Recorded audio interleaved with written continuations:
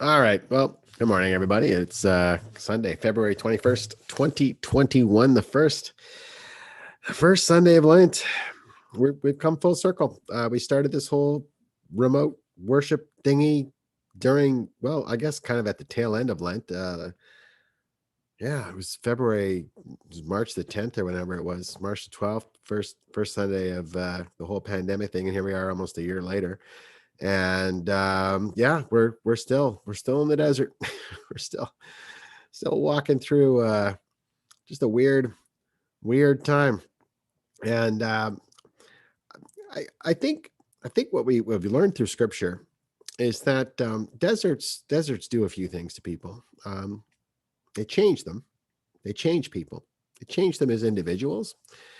They change them as a group, and sometimes they reaffirm commitments. And so, Lent is a time when we metaphorically go into the desert to, I guess, to face trials and temptations. My theology is such that God does not make us suffer. God's not the kind of God who makes us suffer. God doesn't do things to teach us a lesson or make us stronger or all that kind of stuff. I just don't think that God's cruel that way. I mean, after all I've seen, and all I've done in 21 years of ministry, after burying so many victims of tragedy, the very idea that God would kill somebody to get another angel or teach us a lesson or test us is absurd and cruel.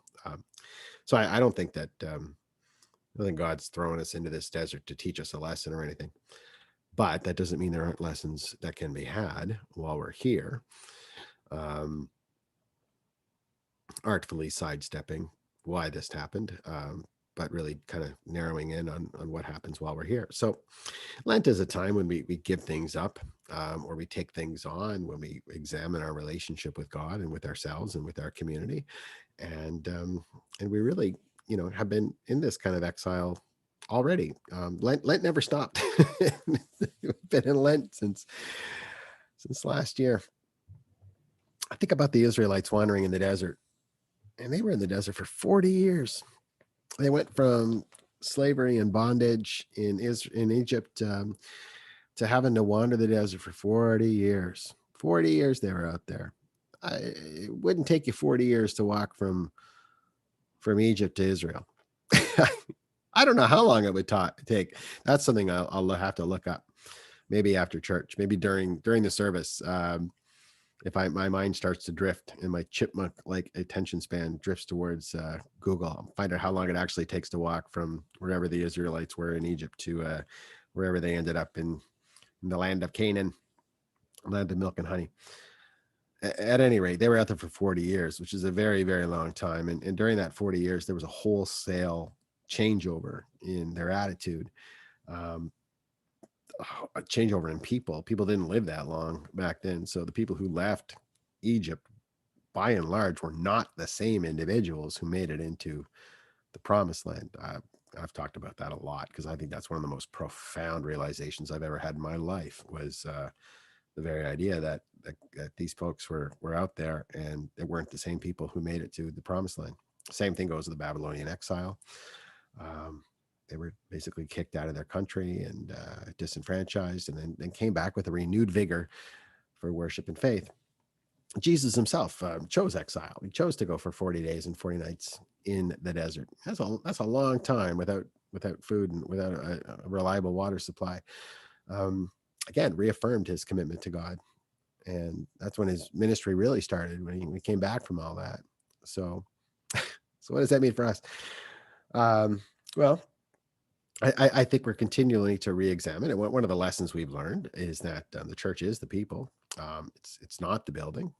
We haven't had worship in our building for a long time, and yet our engagement with our congregation through YouTube videos and just through other signs, not imperfect signs, but things like donations, that kind of thing, shows that people are engaged and do identify themselves as being the people of God at Rothwell United Church, expressing their faith in this particular way.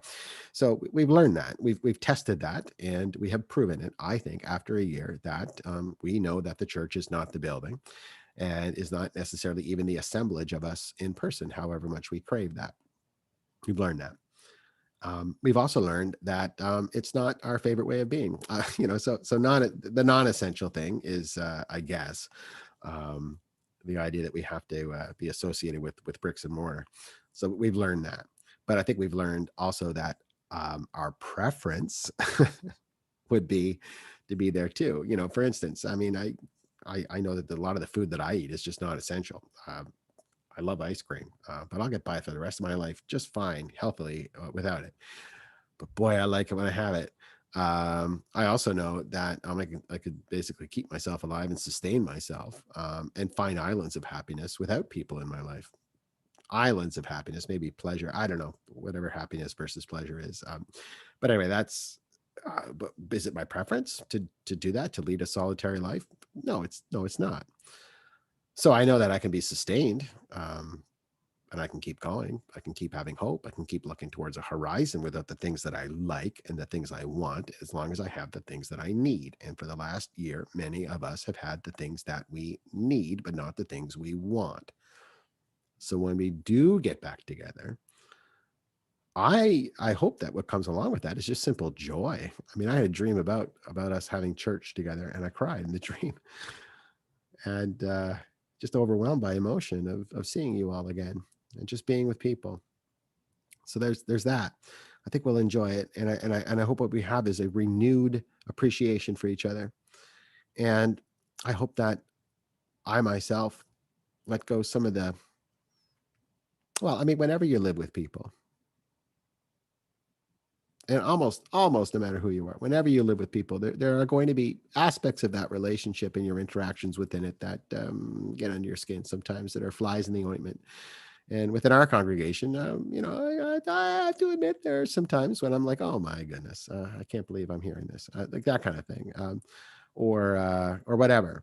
I hope what we have is a renewed sense of appreciation, and accompanying that, a renewed sense of patience with each other, and celebration of our differences, celebration of those things that we don't agree on. Because when somebody's passionate about something in our church, even if it's something I don't necessarily agree with, God, I love the passion.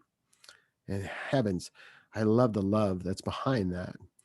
Because if somebody's really, kind of upset about this or that, well, that means that they want just the best for us as a collective. That I choose to think that. So when we do come back together, if there's some pettiness about something or other, I think what I'm going to do is I'm just going to go, wow, I just have a renewed sense of appreciation for what's behind that. And that is the desire for us to be as happy and healthy a group of folks as we can be. So, yeah, I mean, that's part of the desert learning. There's a lot more that I've learned. And I think as a society and as a group of people, not just in the church, we're going to unpack this experience for generations. It's a profound thing that's happened to our country and to our people and to our church and to us as individuals. We should not take it lightly. But at the same time, we should not ignore the discovery of blessings along the way. So that's Lent. Anyway, I got to go. 10:30. I was like, what am I going to talk about this week? I was going to say I'm tired of all this, and I am. I am. And you'll see that in the video because, oh my gosh, I was just, Wednesday was like one of those days I was just feeling, I was feeling so blah, and that comes through in the sermon. You'll see that. Anyway, bye, folks. And I'll catch you on the other side for coffee hour.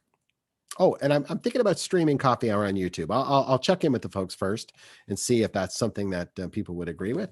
And if because there might be some people who don't want to, I don't want to participate, but I wouldn't mind watching.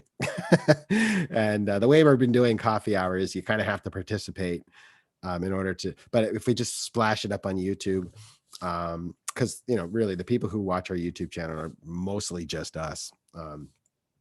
Anyway, I'm gonna go. I'm gonna go fire up the old service. Well, it's already going to start, and I'm missing it. Again, I'm late to church, even when it's right here in my dining room.